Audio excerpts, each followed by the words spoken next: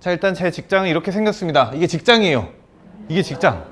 출근하기 싫죠. 그래서 많은 사람들이 다 아파서 오시는 분인데 저는 여기가 일터입니다. 그래서 다른 직장이랑 마찬가지로 여기도 제 자리가 있어요. 그래서 이 응급실 안에 스테이션이 제 자리입니다. 제 오른쪽에는 레지던트 선생님이 있고 앞에는 간호사 선생님들이 있고 왼쪽엔 인턴 선생님, 탁과 선생님들, 많은 의사들과 많은 의료진이 이렇게 급박한 환경에서 지금 일을 하고 있죠. 응급의학과라는 과는 이 응급실에 오는 사람들을 전문으로 보는 과입니다. 내과 의사라면은 뭐 약을 쓴다든지 외과 의사는 수술한다든지, 근데 응급의학과 의사는 응급실에 온 모든 사람들을 보는 게 그야말로 전문이에요. 그래서 응급의학에서 가장 잘하는 게 뭐냐라고 물으면 1번이 심정지입니다.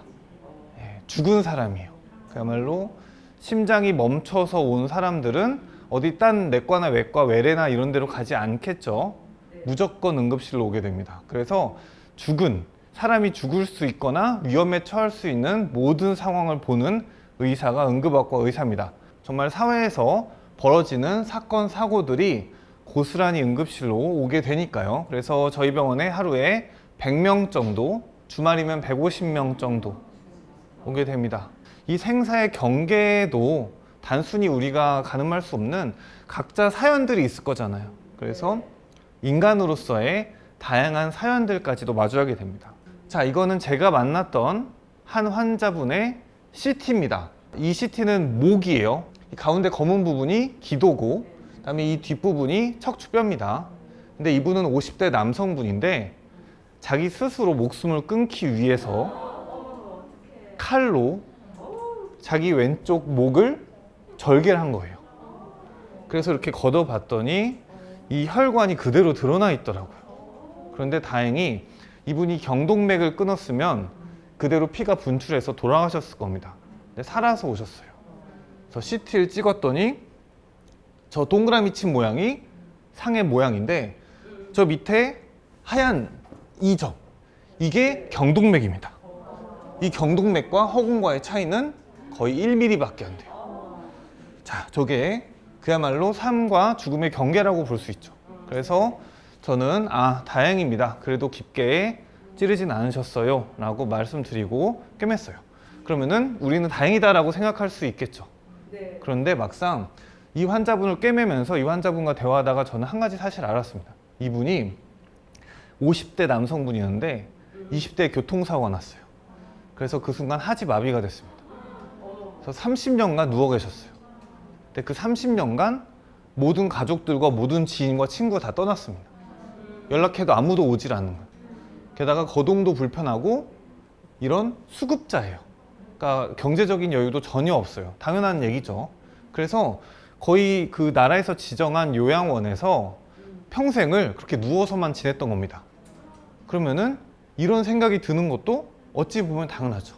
그러면은 이걸 꿰매면서 참 다행입니다 라고 쉽게 말할 수 없는, 우리 인간의 사연을 생각할 수밖에 없는 곳이 응급실이더라고요. 제가 마주하는 분들은 이런 분들입니다. 일단 1번은 빈자예요. 가난한 사람들. 제가 학창 시절이었어요. 전 세계적으로 가장 많은 사람의 죽음과 연관된 진단명이 이 중에 하나 있다. 그걸 맞춰봐라. 이렇게 말씀하시는 거예요. 근데 저희는 손을 들고 다 대답을 했지만 전부 아니었어요. 답은 극도의 빈곤이었던 거예요. 극도의 빈곤. 가난. 전 세계적으로 보면 이 평균 수명이, 우리나라 평균 수명 80대입니다. 근데 평균 수명이 한 40대인 나라들이 있어요. 그럼 이 나라들 사람들의 사이는 뭐 교통사고도 있겠고, 뭐 어떤 뭐 공기 오염도 있겠고, 뭐 사고도 있겠고, 다양한 게 있겠죠. 하지만 궁극적으로는 극도의 빈곤 때문이라는 거예요. 이 진단명이 들어갈 수밖에 없다는 거예요. 그래서 이것들을 이해하는 의사가 나중에 좋은 의사가 될 거다. 이 순간을 기억해달라고 교수님이 얘기를 하셨어요. 저는 전문직이고 사람들이 어떻게 보면 부러워하는 직업이기도 해요. 하지만 제가 저 응급실에서 만나는 많은 사람들은 이 세상에서 가장 가난한 사람들이에요. 참고 참다가 실려오는 사람들. 돈이 없고 거주지가 없고 가족도 없고 보험도 없고 신분증도 없어요. 가끔 나라에 등록된 사람이 아니라서 동사무소 직원들을 불러서 이 사람의 신분을 되살리기도 해요. 내지는 고시원에서 쓰러져서 의식이 없는데 고시원 주인분이 이 짐을 다 들고 와서 저희한테 놓고 이분 치료해도 의식이 돌아와도 우리 쪽으로 돌아오지 말라고, 돈이 많이 밀렸다고, 이런 식으로 얘기를 합니다. 이런 분들 치료하자면은 투석을 하자고 해도 안 받아요. 약을 줘도 안 먹어요. 그리고 말기 병임에도 치료받지 않아요. 암 진단을 했는데 그냥 집에 가요. 그리고 1년 있다가 그 빼창 마른 몰골 오십니다. 죽을 때 다 돼서. 그래서 물어봐요. 왜 그랬냐고. 그랬더니 그때는 자기가 너무 가난했고 치료받을 사정이 아니었고 무서웠다는 거예요. 우리가 생각하는 그런 상식대로 사람들이 치료를 받지 않습니다. 두 번째는 산업재해입니다. 우리 되게 많이 모르는 분야예요. 산업재해. 자, 이런 것들이에요. 이천 물류창고 화재. 이때 48명 사상, 20명 넘게 죽었습니다. 이 사건 우리가 기억하시는 분도 계실 텐데, 이 사건을 다른 말로 하면은 신체가 건강한 노동자들이 어떠한 산업 이 환경이 그 불충분한 이유로 산채로 타 죽은 사건이에요. 20명의 노동자가 현장에서. 이게 이천 폭발 사건입니다. 그래서 이 환자들 직접 경험해 본 사람들은, 의사들은 이런 것들 보면 밤에 잠을 잘 수가 없어요. 너무 끔찍하잖아요. 자, 그리고 가장 많이 오는 산업재해들 1위가 추락사고입니다. 대부분 이 A 사다리에서 떨어지는데, 이런 크레인 같은 것들에서 떨어지면은 우리가 그냥 보기에도 이건 최하 사망이죠. 근데 저는 그 시신을 직접 본 겁니다.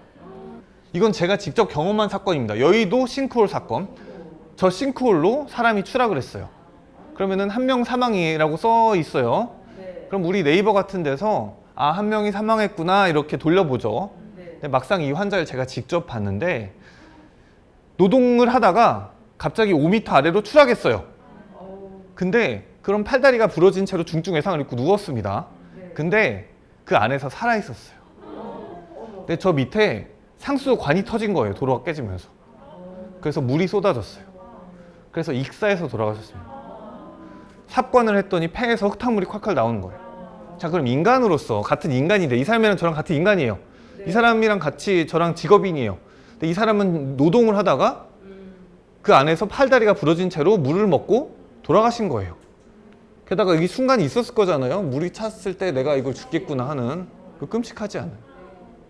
이런 죽음들이 2018년 1월부터 2019년 9월까지 1692명이 죽었습니다. 이런 방식으로 죽은 거예요, 다. 하루에 우리나라에서 2.5명이 이런 방식으로 죽어요. 추락, 감전, 화재, 익사, 부딪힘, 끼임 등으로. 특히 건설업, 조선업 이번에 막 그 파업하고 화재가 됐죠. 근데 그들의 노동 환경이 거의 최악입니다. 이런 식으로 사람들이 죽는 거예요. 그래서 키워드가 비정규직, 주말 같은 키워드랑 이 사망 사건이랑 밀접하게 확률이 높아요. 그래서 안전 불감증도 있고 법과 원칙에 뭐 닿지 않는 곳, 뭐 음주 이런 문제도 있는데, 기본적으로 사회 안전망이 미비가 돼 있고 우리가 잘 몰라요. 이렇게 사람들이 끔찍하게 죽는지. 자, 중증 외상이라는 파트, 이렇게 다친 사람들을 응급실에서 보겠죠. 저희 파트죠. 그래서 이 권역외상센터에서 이런 것들 담당하는데, 이 권역외상센터가 계속 논의가 되면서 예산이 깎이고 우리가 계속 소외된 이유는 이 환자들이 다 무직, 일용직, 학생, 생산직 노동자, 이런 사람들이기 때문이에요. 이런 사람들이 모아서 목소리를 낼 수가 없어요. 그래서 저희 같은 이 응급실 의사들이 이런 방식으로 목소리를 내야만 하는 게 이 참상을 바라보는 사람이기 때문입니다. 실제로 이 열사병 환자를 받아보면 환자 군이 정해져 있어요.